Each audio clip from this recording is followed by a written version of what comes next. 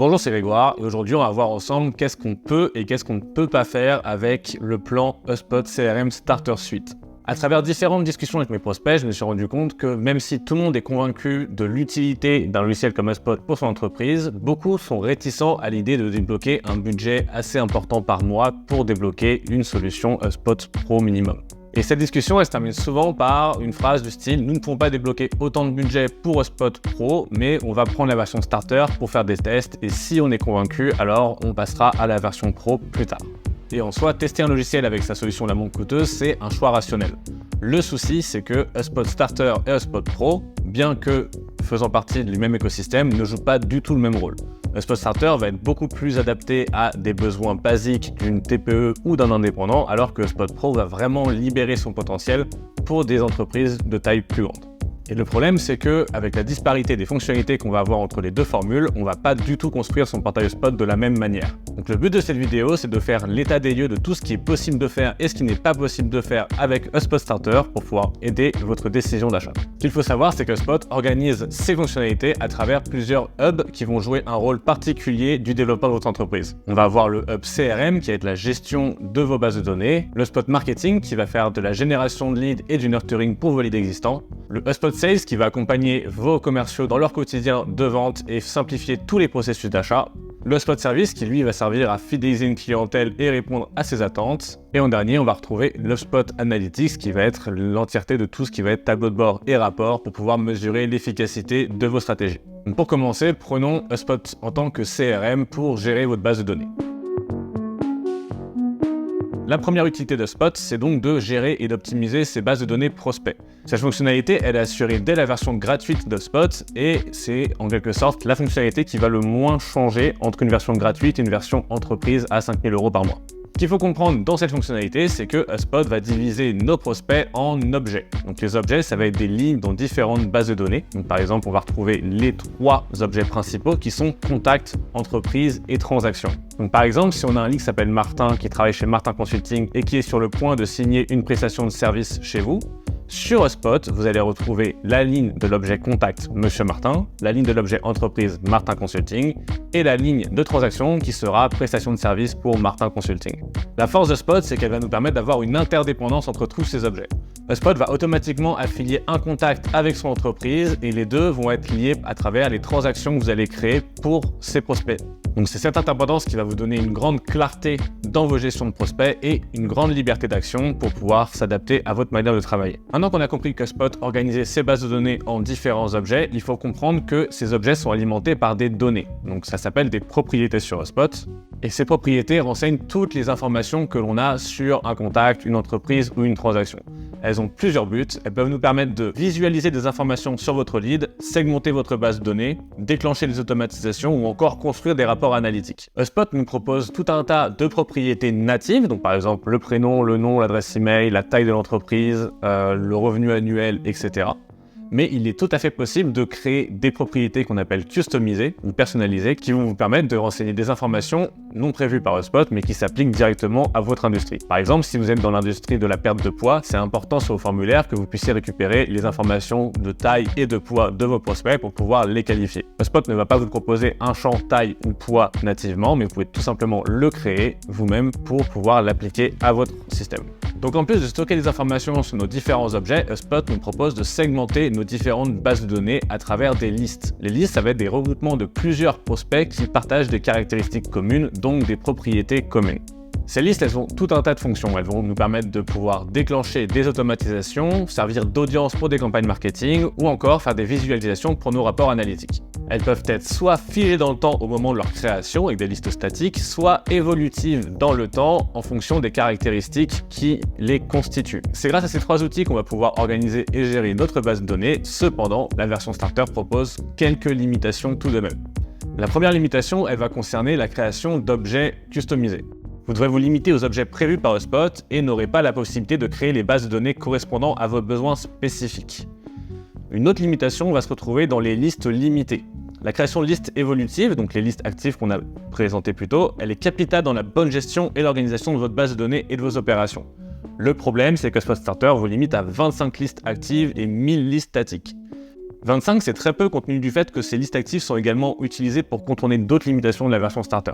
Et la dernière limitation concerne le fait que vous ne pourrez pas faire de la gestion automatique de vos données. Comme vous n'avez pas accès à tout ce qui va être automatisation de portail, vous ne pourrez pas automatiser le nettoyage ou l'enregistrement de vos données prospects avec le plan starter. Donc suivant l'utilisation que vous faites de votre base de données et la complexité de vos actions marketing et commerciales, la version starter peut être limitante surtout sur un point de vue, c'est la limitation des listes actives. La deuxième utilisation de Spot, c'est celle qui est le plus poussée par la communication de l'entreprise, c'est sa dimension outil tout en un marketing. Spot, dans sa version finale, a toutes les fonctionnalités requises pour pouvoir gérer de A à Z sur une plateforme l'entièreté de nos actions marketing. Le problème, c'est que la version starter, pour le coup, est beaucoup plus limitée.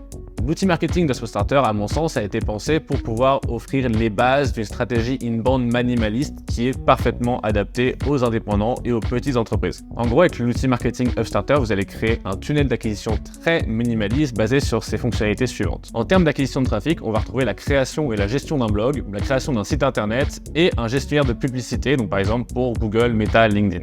Une fois qu'on a acquis du trafic, il va falloir le rediriger. Une fois qu'on a acquis notre trafic, Spot va nous permettre de le rediriger en faisant appel à des CTA, donc des appels à l'action. En gros, ce sont des pop-up que vous pouvez placer sur votre site ou sur votre blog qui visent à interpeller un visiteur et à le rediriger vers une page de conversion. Maintenant qu'il est redirigé, Spot nous propose des outils de conversion du trafic, avec la création et la gestion de landing page et la création et la gestion de formulaires de conversion. Et ensuite, la dernière étape, ça va être de l'emailing. Donc on va être assez limité là-dessus. On aura un autorépondeur limité à la soumission d'un formulaire, par exemple. Donc si vous avez un formulaire de lead magnet, vous pouvez quand même automatiser l'envoi automatique du document que vous avez promis. Et on aura la possibilité d'envoyer des campagnes segmentées d'emailing manuel. Donc techniquement, ces outils sont suffisants pour pouvoir délivrer un début de stratégie inbound, mais bien évidemment, si on passe à une version supérieure de Spot, on va pouvoir révéler l'entièreté des intérêts de cette plateforme. Car en effet, plusieurs limitations sont présentes dans la version starter, comme le fait de ne pas pouvoir gérer nos publications et la communauté de nos réseaux sociaux. On ne pourra pas déclencher des campagnes d'email de nurturing, par exemple, automatisées, ni réaliser n'importe quelle automatisation un peu plus poussée que simplement l'envoi d'un mail après la soumission d'un formulaire. On ne pourra pas non plus qualifier automatiquement nos leads entrants pour simplifier la vie de nos commerciaux. On ne pourra pas non plus rassembler tous nos efforts marketing sous des campagnes pour pouvoir analyser les performances et les résultats de ces derniers. Et on ne bénéficiera pas d'outils d'aide à la SEO. À mon sens, la plus grosse limitation de cette version starter, c'est le fait qu'on n'ait pas accès à l'outil workflow, donc à toutes les automatisations. Cette simple fonctionnalité propose tellement de liberté et de pouvoir sur la gestion de notre portail que, à mon sens, elle justifie à elle seule le passage à un abonnement HubSpot Pro. La première fonction qu'on attend d'un CRM, c'est de simplifier la vie de nos commerciaux en leur apportant les bonnes informations au bon moment pour pouvoir simplifier le parcours de vente et maximiser les résultats de notre équipe commerciale. C'est donc sans surprise que Spot a mis au point des fonctionnalités qui allaient dans ce sens. Le Spot Starter nous permet d'organiser efficacement l'environnement de travail et les tâches quotidiennes de nos commerciaux sur la plateforme, avec la possibilité par exemple de jongler entre les différents objets d'une même opportunité, tout en proposant un outil efficace et ergonomique de création de pipeline de vente. Le Spot Starter nous permet également simplement de créer des liens de prise de rendez-vous, de créer des modèles de mails à envoyer afin de ne pas retaper tous les mêmes mails que l'on envoie à chacun de nos prospects et de pouvoir par exemple insérer directement des blocs de texte que vous avez l'habitude de répéter dans l'entièreté de vos communications. Donc, par exemple, si un lead va avoir une question sur le pricing, vous pouvez insérer directement le bloc de texte prévu pour la partie pricing et gagner beaucoup de temps dans votre gestion de prospects. Bien sûr, vous pouvez également incorporer des documents comme par exemple des plaquettes commerciales directement dans votre portail pour les insérer en un clic sur vos mails et également la création de devis et la récolte de paiements automatiques. Mais la fonctionnalité la plus importante à mon sens pour un commercial sur HubSpot, c'est le tracking de toutes les interactions avec nos leads. En fait, HubSpot va pouvoir traquer l'entièreté des appels, des emails, des interactions avec le site de vos prospects. Comme ça, à chaque fois que vous rentrez en communication avec ce dernier, vous avez toutes les informations à son sujet pour maximiser vos chances de clôturer. Cependant, avec une version starter, il ne vous sera pas possible d'envoyer des séquences commerciales de plusieurs mails basées sur des règles précises. Vous ne pourrez pas non plus automatiser l'évolution de votre lead dans son parcours d'achat et vous ne pourrez pas bénéficier de guides conversationnels vous aidant à clôturer votre vente. À noter également que sur un HubSpot Starter, vous n'aurez la possibilité d'avoir que 2 commerciaux bénéficiant de toutes ces fonctionnalités. Bien évidemment, il est possible de payer un supplément sur votre abonnement pour pouvoir ajouter de nouveaux commerciaux. Concernant la relation client, donc le Customer Success, HubSpot a développé tout un panel d'outils. Cependant, la version Starter est extrêmement limitée. Sur HubSpot Starter, il vous sera simplement possible de mettre en place un live chat sur le site internet et de faire de la création et gestion manuelle de tickets. Le problème, c'est que l'intérêt principal des tickets, c'est de pouvoir les automatiser, pouvoir les attribuer à la bonne personne, pour pouvoir les gérer et les classer automatiquement.